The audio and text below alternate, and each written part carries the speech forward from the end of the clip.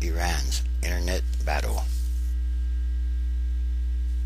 As international media outlets were being pushed off the streets of Tehran, the burden of reporting on Iran's post-election crisis is falling increasingly on online channels ranging from blogs to video sites like YouTube.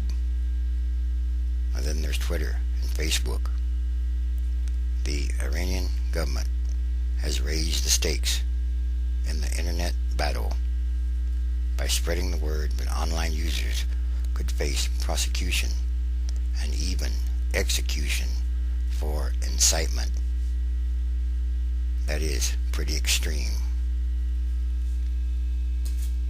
A man bled to death on a street in Tehran on Monday as one bystander tenderly held the man's head. 5 others held out their cameras. They captured photos and videos of the man and of the blood that stained his white shirt.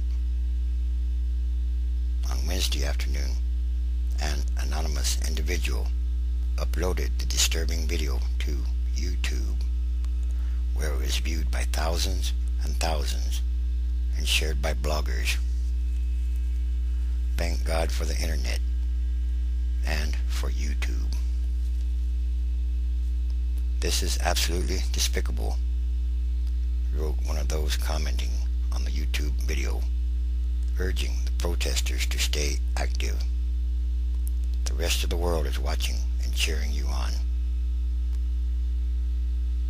Via the internet, the world has received unprecedented looks at the continuing unrest in Iran, and as foreign journalists are forced to leave and others are essentially confined to their hotel rooms, news organizations are looking more and more to the Iranians themselves to provide the news and the pictures.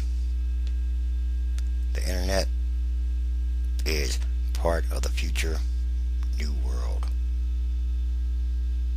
and it's already here. Dozens of videos of the sometimes violent protests by opponents of the Iranian president Ahmadinejad have appeared on YouTube and other sites in the days following last Friday's presidential elections, provided by Iranians eager to circumvent the shroud of censorship the government is trying to place over the unfolding events. On Wednesday, amateur videos of an opposition rally were one of the primary sources of television pictures from Tehran. Another video showed a protest inside a train station. YouTube has said it has relaxed its usual restrictions on extreme violent videos to allow the images from Iran to reach the rest of the world. In general, we do not allow graphic or extreme violence on YouTube, the company said in a statement. However, we make exceptions for videos that have educational or scientific value or documents. The limitations being placed on mainstream media reporting from within Iran make it even more important that citizens in Iran be able to use YouTube to capture their experiences for the whole world to see. But the Iranian government continues to try to restrict web communications. On Wednesday, Iran's Revolutionary Guard warned that protesters trying to stoke tensions using internet sites will be subject to retribution. They said, "We warn those who instigate riots and spread rumors, but our legal action against them will cost them dearly," a statement from the military force said. At the same time, the opposition candidate Mousavi was using his public profile page on Facebook to organize protests. Meanwhile, the Iranian visa of many visiting journalists have expired, meaning that the core of international reporters in the country is shrinking. Newspapers and television news networks are increasingly supplementing their on-the-ground reporting with video images from video or phone cameras and pictures. On Wednesday, CNN frequently showed amateur videos with a graphic that labeled them unverified material. It showed a YouTube video of the aftermath of an apparent raid at Tehran University. The video showed rooms that appeared to have been burned extensively. It is unclear how the gripping videos are being uploaded, given the restrictions on internet access within Iran.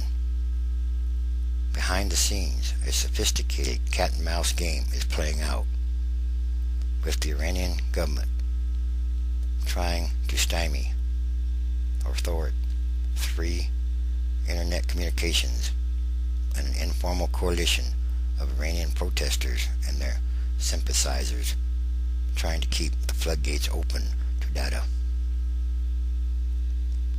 Throughout the week, supporters of the protesters around the world have been making their own computers available to Iranians who want to evade government censors. These people have been publishing the IP addresses of their computers to public forums like Twitter, offering them as so-called proxy servers. Information is still coming out of Iran. Twitter is still buzzing from people giving live updates from the street, and YouTube is full of videos testifying to the brutality of the regime's crackdown. The internet is fragile, but still operational. You can't keep any of this news down anymore, and that's a huge change from the past.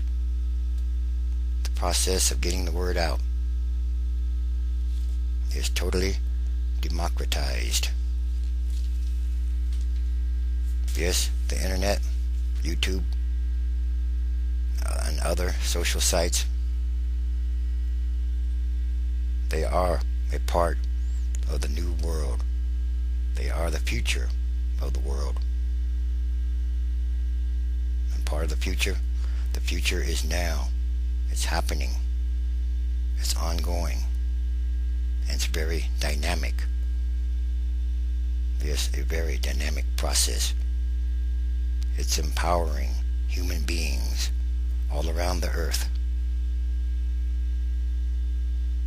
And again, all these things are more signs of the end times transition days.